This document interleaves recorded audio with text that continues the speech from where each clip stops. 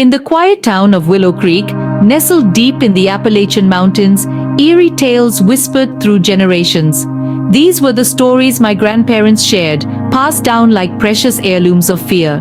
The oldest tale they recounted was the legend of the Hollow Man. According to the lore, he was a solitary figure who roamed the dense woods surrounding the town. His hollow eyes and ghostly presence sent shivers down the spines of those who dared venture near his domain. Some claimed he was the restless spirit of a hermit who perished in the wilderness, while others whispered of darker origins, hinting at deals made with malevolent forces. My grandmother, in her soft, trembling voice, recounted the night she and her siblings stumbled upon the Hollow Man's lair deep in the forest. They had been playing a game of hide-and-seek when they strayed too far from the safety of their home. As dusk fell, they found themselves surrounded by towering trees, their branches clawing at the sky like skeletal fingers. It was then they heard the faint rustle of leaves and the distant echo of footsteps. Terrified, they huddled together, their breaths shallow and rapid. Suddenly, emerging from the shadows, was the Hollow Man himself. His form was obscured by darkness, but his presence was unmistakable. With a haunting whisper, he beckoned them closer, his outstretched hand promising unknown horrors.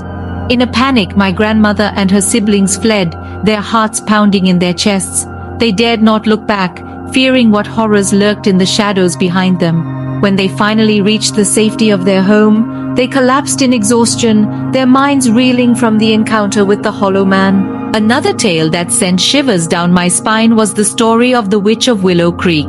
Legend had it that she was a powerful sorceress who dwelled in a hidden cabin deep in the heart of the forest. It was said that she possessed dark magic, capable of bending reality to her will.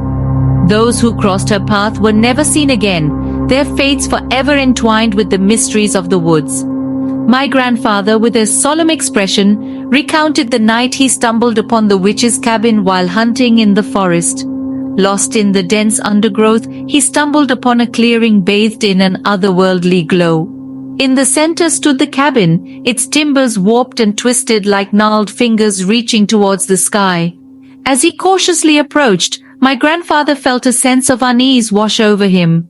The air was thick with an oppressive silence, broken only by the faint whisper of the wind through the trees. With each step closer to the cabin, the feeling of dread intensified, as if an invisible force sought to repel him from the forbidden sanctuary. Suddenly, a figure emerged from the shadows of the cabin, her form cloaked in darkness. It was the witch herself, her eyes gleaming with an otherworldly light. With a voice that sent chills down my grandfather's spine, she warned him to turn back, lest he suffer the same fate as those who dared trespass in her domain. Terrified, my grandfather fled, his heart pounding in his chest. He dared not look back, fearing the wrath of the witch that lurked in the shadows behind him. When he finally emerged from the forest, he vowed never to return, haunted by the memory of the encounter with the Witch of Willow Creek.